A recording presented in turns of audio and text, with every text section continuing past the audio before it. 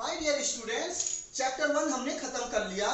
Chapter 1 जो हमने पढ़ा है वो था फिजिकल वर्ल्ड। अब है चैप्टर 2 जिसका नाम है यूनिट्स एंड डायमेंशंस।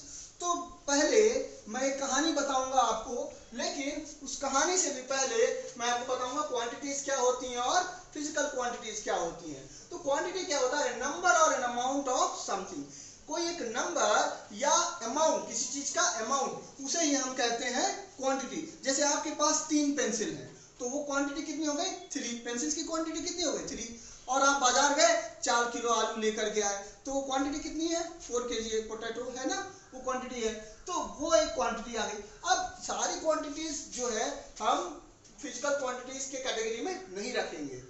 सिर्फ वही क्वांटिटी जिसे हम मेजर कर सकते हैं उसे हम कहते हैं physical quantity. Anything which we can measure is called a physical quantity. दूसरी एक और डिफिनेशन है, those quantities which can be measured directly or indirectly and in terms of which laws of physics can be expressed are called physical quantity. physical quantity के लिए short form हम use करते हैं PQ। बच्चों, ये जो term आया है लॉज ऑफ फिजिक्स, यानी फिजिक्स के नियम, ये क्या होते हैं? ये आप सोचोगे एक नई चीज आ गई, लॉज ऑफ फिजिक्स। तो बच्चों, ये लॉज ऑफ फिजिक्स कौन बनाता है? ऑब्जर्वर, साइंटिस्ट या फिजिसिस्ट। अब ये होता कौन है? जैसे मान लो आप एक गेम खेल रहे हो, इसमें एक छोटा बच्चा है जो इस गेम को देख रहा है। तो ये छोटा बच्चा देख रहा है, बहुत सारे गेम्स हो सकते हैं, एक मोबाइल का गेम है, ये फुटबॉल हो सकता है, हॉकी हो सकता है, पबजी हो सकता है, बहुत सारे गेम है। सपोज कर लो एक मोटर रेसिंग का गेम है, एक टिपिकल मोटर रेसिंग का गेम है जो बहुत ही कॉम्प्लेक्स टाइप का है। उसमें यहाँ पर एक बैठा है बच्चा है, इस गेम के बारे में कुछ भी नहीं मालूम इस बच्चे को। ये देखता है कि यहाँ जो बड़ा आदमी जो गेम खेल रहा है, जब इसमें ये फॉरवर्ड स्वाइप करता है तो कार आगे की ओर जाती है। तो ये ऑब्जर्वर यहाँ देखता है और ये एक नियम बनाता है। यह नियम कहता है कि जब भी हम फॉरवर्ड स्वाइप करेंगे तो या अपवर्ड स्वाइप करेंगे तो गाड़ी कहाँ जाएगी? फॉरवर्ड स्वाइप करेंगे, अपवर्ड स्वाइप करेंगे तो गाड़ी आगे जाएगी। जब भी हम लेफ्ट स्वाइप करेंगे तो गाड़ी लेफ्ट जाएगी, लेफ्ट स्वाइप करेंगे तो गाड़ी लेफ्ट जाएगी। जब भी हम राइट स्वाइप करेंगे तो गाड़ी कहाँ जा रही है? राइट जा रही है, ठीक है। और जब भी हम यहाँ पर डाउनवर्ड स्वाइप करेंगे तो गाड़ी पर ब्रेक लग जाता है। क्या लग जाता है? ब्रेक लग जाता, गाड़ी रुकने लगती, गाड़ी की स्पीड कम हो जाती। और भी बहुत सारे नियम हो सकते हैं। हो सकता है गाड़ी को जंप कराने के लिए थोड़ा आगे जा करके और उसके से फिर राइट को स्वाइप करना हो तो वो टिपिकल कोई गड्ढा हो उसको जंप करके राइट की तरफ निकल जाएगी। तो इस तरह से बहुत सारे जो नियम होंगे वह कौन बना रहा है? ऑब्जर्वर यानी साइंटिस्ट यानी फिजिसिस्ट। वह क्या बनाएगा? लॉज बनाएगा। तो those quantities which can be expressed directly और इनडायरेक्टली, वो क्वांटिटी जिन्हें डायरेक्टली या इनडायरेक्टली हम एक्सप्रेस कर सकते हैं, मेजर कर सकते हैं और जिसके टर्म में फिजिक्स के लॉज को एक्सप्रेस किया जाए, उन्हें हम कहेंगे फिजिकल क्वांटिटी। अब जैसे सपोज कर लो ये एक रॉड है, ठीक है। इस रॉड के पास हम क्या क्या मेजर कर सकते हैं? तो रॉड एक फिजिकल क्वांटिटी नहीं है। फिजिकल क्वांटिटी क्या क्या हो सकती है? इस रॉड की लेंथ, ठीक है, इस रॉड का वॉल्यूम, ठीक, इस रॉड के लिए सरफेस एरिया हो सकता है, सरफेस एरिया, इस रॉड का डेंसिटी, ठीक है बच्चों। तो ये length, volume, surface area and density, ये सारी चीजें हमारी क्या हैं? फिजिकल क्वांटिटीज हैं। फिजिकल क्वांटिटी मेजरेबल होना चाहिए। अब मैं कहूं ये रॉड, क्या ये रॉड फिजिकल क्वांटिटी है? नहीं। एक कोई रोड है, क्या वो रोड फिजिकल क्वांटिटी है? नहीं।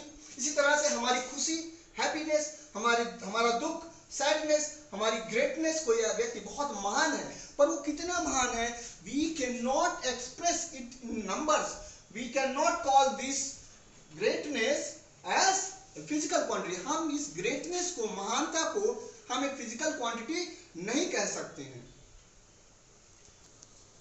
तो बच्चों, जैसे अब ये जो हम क्वांटिटीज हैं उनको हम लोग मेजर कैसे करते हैं और देखते हैं।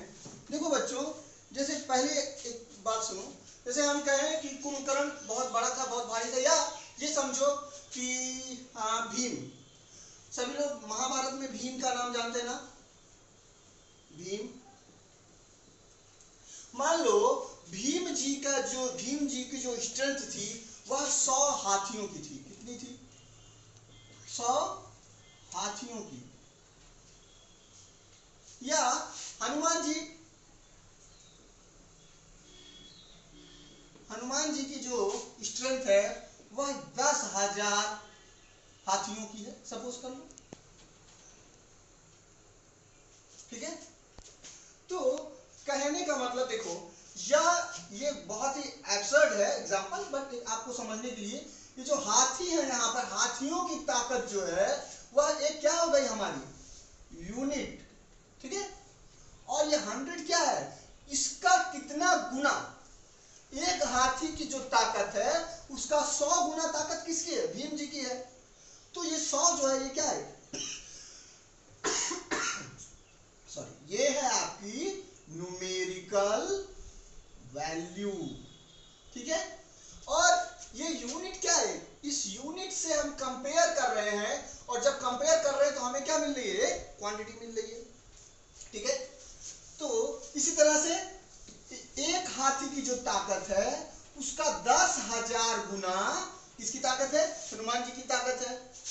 तो कहने का मतलब एक हाथी की ताकत हमारा क्या हो गया? एक यूनिट, और 10,000 क्या हो गया? एक न्यूमेरिकल वैल्यू।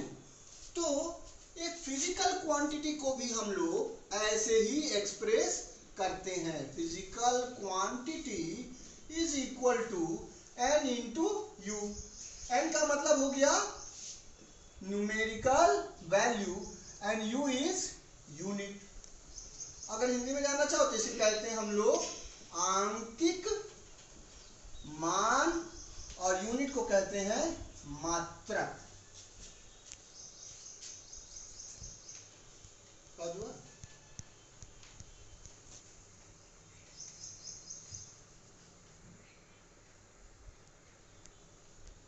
चलो आगे देखते हैं फंडामेंटल क्वांटिटीज। ये जो फिजिकल क्वांटिटी है यह 3 तरह की होती हैं। कौन कौन सी? फंडामेंटल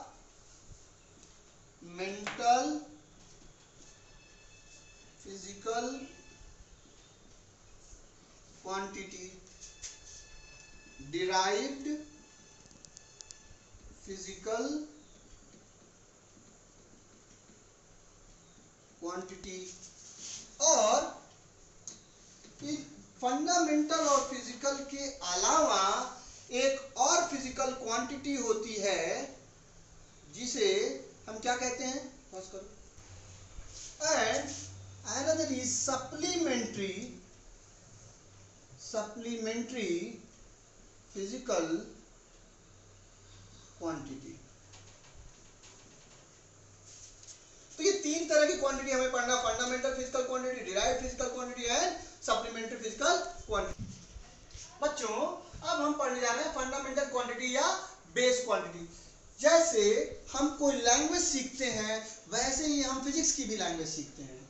तो फंडामेंटल क्वांटिटी या बेस क्वांटिटी, जैसे मान लो आपको ये सीखना है तो आप एग्जांपल देखो, जैसे आपको हिंदी लैंग्वेज सीखनी है, हिंदी भाषा सीखनी है, तो हिंदी भाषा में कुल 44 आपके अल्फाबेट होते हैं। 44 कितने अल्फाबेट होते हैं? 44 अल्फाबेट्स होते हैं, जिसमें से 33 जो होते हैं वह कॉन्सोनेंट होते हैं एंड 11 वॉवेल्स होते हैं। 33 कॉन्सोनेंट्स एंड 11 अल्फाबेट्स। अब इन 44 को अगर हम जानते हैं तो इनके यूज से हम पूरी हिंदी भाषा में सारे शब्द, सारे वाक्य, सब कुछ बना सकते हैं। या हमें हिंदी सीखना है तो इतना होता है। अगर आपको हिंदी का एग्जांपल नहीं समझ में आया, इंग्लिश देखो, इंग्लिश लैंग्वेज सीखते हैं तो उसमें कितने होते हैं वर्णमाला, कितने अक्षर होते हैं? इसमें टोटल होते हैं आपके 26 लेटर होते हैं ना, टोटल 26 लेटर्स होते हैं कि नहीं? इन 26 लेटर्स को अगर हम जानते हैं, हिंदी में अगर 44 को हम जानते हैं तो हिंदी हम सीख सकते हैं इसी के बेसिस पे। इंग्लिश में सॉरी, अगर ये 26 लेटर्स हम जानते हैं तो तो इसके बेसिस पे हम पूरी की पूरी इंग्लिश समझ सकते हैं। ऐसे ही अगर हमें फिजिक्स की भाषा समझनी है तो हमारे पास कुल जो फंडामेंटल या बेस क्वांटिटी होते हैं वो कितने होते हैं? 7। सॉरी, ये 7 अगर हम जानते हैं, इन्हीं 7 के आधार पर हम पूरी की पूरी फिजिक्स समझ सकते हैं। अब ये फंडामेंटल क्वांटिटी क्या होती है, इसका डिफिनीशन देख लेते हैं। All those physical quantities which are independent of each other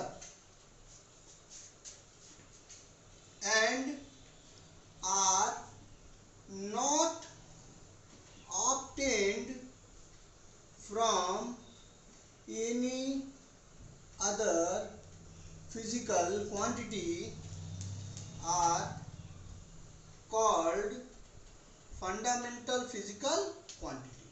ठीक है, वे सभी फिजिकल क्वांटिटी जो एक दूसरे से इंडिपेंडेंट है, एक दूसरे से स्वतंत्र हैं और जिन्हें हम दूसरे फिजिकल क्वांटिटी से ऑब्टेन नहीं करते हैं, उन्हें हम कहते हैं फंडामेंटल फिजिकल क्वांटिटी या base quantity, base physical quantity. इन 7 फंडामेंटल फिजिकल क्वांटिटीज के थ्रू हम पूरी की पूरी फिजिक्स के जितनी भी क्वांटिटीज आएंगी उन सब को हम समझ सकते हैं, पूरे फिजिकल लॉज को एक्सप्रेस कर लेंगे।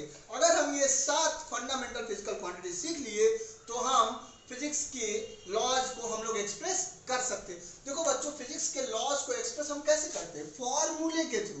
किससे करते हैं? फॉर्मूले के थ्रू। ठीक है, तो फॉर्मूले कैसे आएंगे? ये फिजिकल क्वांटिटीज का यूज करके ही तो आएंगे। तो बच्चों, जो 7 हम फिजिकल क्वांटिटीज जो हम पढ़ने वाले हैं उनको हम देखते हैं। Serial number 1, 2, 3, 4, 5, 6, 7। आओ देखिए कौन कौन से हैं वो। पहला बेसिक फिजिकल क्वांटिटी है आपका लेंथ। दूसरा बेसिक फिजिकल क्वांटिटी है आपकी mass. Third basic quantity is time.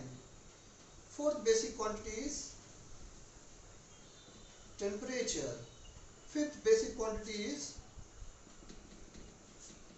electric current. Sixth basic quantity is luminous intensity. And the seventh basic quantity is amount of a substance. अब इनके basic units क्या क्या होते हैं इनको भी देख लेते हैं। ठीक है, लेंथ की यूनिट होती है मीटर, मास की यूनिट है किलोग्राम, टाइम का यूनिट होता है सेकेंड, टेम्परेचर का यूनिट होता है केल्विन, इलेक्ट्रिक करंट का यूनिट होता है एम्पियर, लुमिनस इंटेंसिटी की यूनिट होती है candela and amount of substance की यूनिट होती है मोल। इसके लिए मीटर के लिए सिंपल यूज करते हैं किलोग्राम के लिए केजी, सेकेंड के लिए स्मॉल एस, केल्विन के लिए के, एम्पियर के लिए कैपिटल ए, कैंडेला के लिए सीडी एंड मोल के लिए MOL।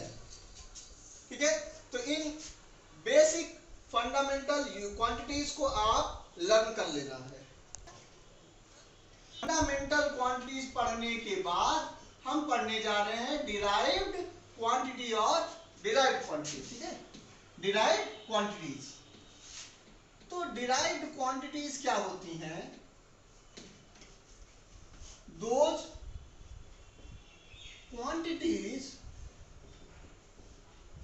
which are obtained from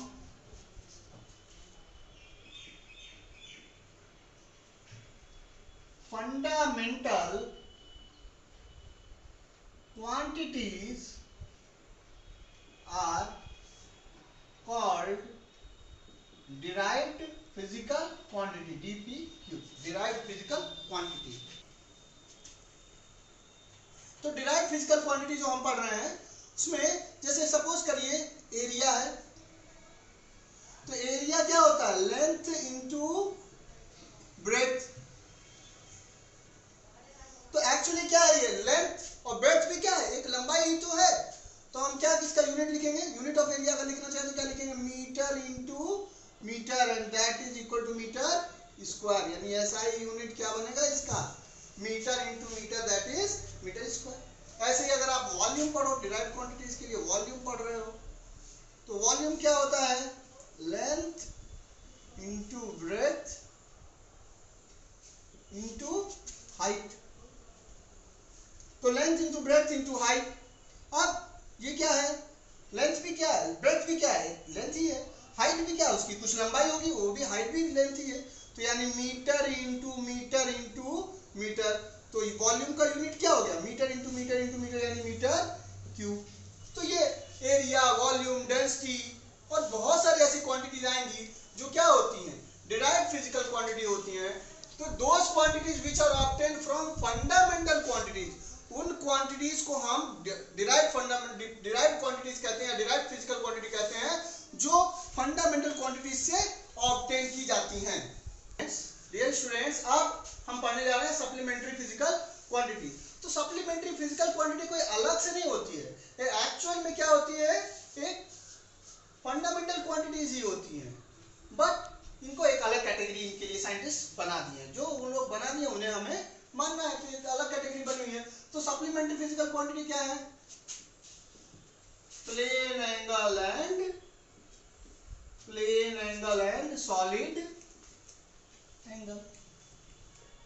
आप एंगल्स के बारे में जानते हैं, the inclination of a line over other, एक लाइन और दूसरे लाइन के बीच का जो इंक्लिनेशन है उसे हम लोग क्या कहते हैं, एंगल। आप लोग फॉर्मूला भी पढ़े होंगे, angle is equal to arc upon radius, ठीक है। तो ये रेडियस हो गया, ये आर्क हो गई, ठीक है। Angle is equal to arc upon radius. इसका यूनिट क्या होता है, इसका यूनिट होता है एंगल का RAD, रेडियन। आप कहोगे नहीं सर डिग्री हम समझते हैं, कोई बात नहीं, आप ये भी जानते होंगे, हो सकता है बहुत सारे बच्चे जानते हो, 180 degree is equal to pi radian, ठीक है। अब आते हैं सॉलिड एंगल क्या होता है। सॉलिड एंगल यही चीज जो हम सीखते हैं, यही एंगल्स को हम लोग किस में देखते हैं, 3D में देखते हैं, तो हम लोग उसे क्या कहते हैं, सॉलिड एंगल कहते हैं, ठीक है। ये वाला एंगल क्या चीज है आपका, सॉलिड एंगल, ठीक है। तो जैसे एक ये स्फेरिकल पोर्शन है, ये एक स्फेरिकल पोर्शन इस पॉइंट पर, किसी पॉइंट पर जो एंगल बनाता है उसे हम लोग क्या कहते हैं, सॉलिड एंगल कहते हैं, ठीक है। स्फीयर ले लीजिए, एक स्फीयर का कोई एक पोर्शन ले लीजिए, कोई पोर्शन कट कर लीजिए, वह पोर्शन उसके सेंटर पर जो एंगल बनाएगा उसे ही हम कहते हैं सॉलिड एंगल। अब सॉलिड एंगल का जो डिफिनीशन होता है, solid angle is equal to DA upon R square, जहां ये R क्या है, इसकी रेडियस है, ठीक है। तो सॉलिड एंगल का डिफिनीशन होता है DA अपॉन R स्क्वायर। अब हम इसके बाद सीखेंगे डायमेंशंस, क्या सीखेंगे। और सॉलिड एंगल का जो यूनिट होता है उसे हम कहते हैं स्टेरेडियन, और उसे एक्सप्रेस करते हैं SR से। क्या कहते हैं, SR से एक्सप्रेस करते हैं, इसका यूनिट होता है स्टेरेडियन। अगला टॉपिक जो हम पढ़ने जा रहे हैं वो हम पढ़ेंगे डायमेंशंस। तो बच्चों डायमेंशंस क्या होते हैं, actually they are symbols for physical quantity, there are symbols for physical. Dimensions की डिफिनीशन अभी हम देखेंगे क्या होती है, फिलहाल पहले हम जानेंगे सिंबल्स फॉर फिजिकल क्वांटिटी या fundamental physical quantity. Fundamental physical quantity क्या क्या है, जैसे हम कहते हैं लेंथ। अब देखो लेंथ है तो लेंथ को metre, centimetre, hectometre, decimetre, decametre, kilometre, ठीक है, एक्सेट्रा, इंच, मिलीमीटर एक्सेट्रा में हम लोग एक्सप्रेस कर लेते हैं। लेकिन अब इसके लिए अगर हम लोग एक सिंबल बना लें तो वो हमारे काम आ जाएगा। वो सिंबल डायमेंशंस नहीं होते हैं, ये सिंबल्स जो है इसके डायमेंशंस नहीं होंगे। अब इसका लेंथ का सिंबल दिखाना होगा तो हम लोग स्क्वायर ब्रैकेट के अंदर में L लिख देते हैं, मास इसका सिंबल दिखाना होगा तो हम लोग स्क्वायर ब्रैकेट में m लिखते हैं। लेंथ, मास, टाइम, टाइम का सिंबल दिखाना होगा तो हम लोग स्क्वायर ब्रैकेट में t लिख देते हैं। टेम्परेचर, टेम्परेचर का सिंबल दिखाना होगा तो हम लोग स्क्वायर ब्रैकेट में k लिख देते हैं, कभी कभी थीटा भी लिखते हैं, ठीक है। फिर इलेक्ट्रिक करंट, इलेक्ट्रिक करंट का सिंबल दिखाना होगा तो हम लोग कैपिटल A, कभी कभी स्मॉल i भी लिख देते हैं उसके जगह इलेक्ट्रिक करंट के सिंबल में, electric current. Then comes luminous intensity, luminous intensity जिसे हम लोग कैंडेला में मेजर करते हैं, इसको हम लोग रिप्रेजेंट करते हैं CD या C से, कई बार CD की जगह C भी इस्तेमाल कर लेते हैं, ठीक है। लुमिनस इंटेंसिटी हो गया। फिर आता है amount of substance, amount of substance को हम लोग MOL ऐसे एक्सप्रेस कर लेते हैं। तो 7 हो गए, 1 2 3 4 5 6 7, तो ये सिंबल्स हैं। अब डायमेंशंस जो होते हैं, अब इसका डेफिनेशन देखते हैं। डायमेंशंस क्या होते हैं? डायमेंशंस आर द पावर्स और एक्सपोनेंट्स। अब आप चौंक जाओगे, आप कहोगे अरे ये क्या सर, हम तो ये सब पढ़ा दिए, अब आप कह रहे हो नहीं नहीं डायमेंशंस क्या है? पावर्स हैं। डायमेंशंस क्या होते हैं? पावर्स होते हैं या एक्सपोनेंट्स होते हैं। The powers or exponents to which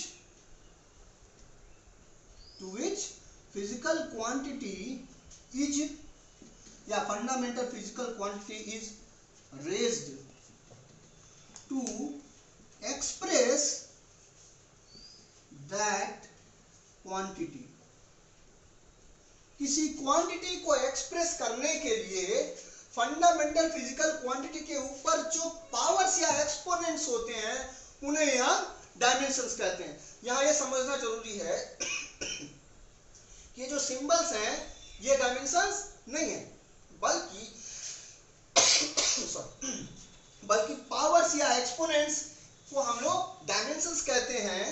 तो पावर्स और exponents to which fundamental physical quantity is raised to express the physical quantity, that physical quantity, तो उसे ही हम लोग कहते हैं कि ये आपका डायमेंशन है। आगे अभी हम लोग डायमेंशन सीखते हैं।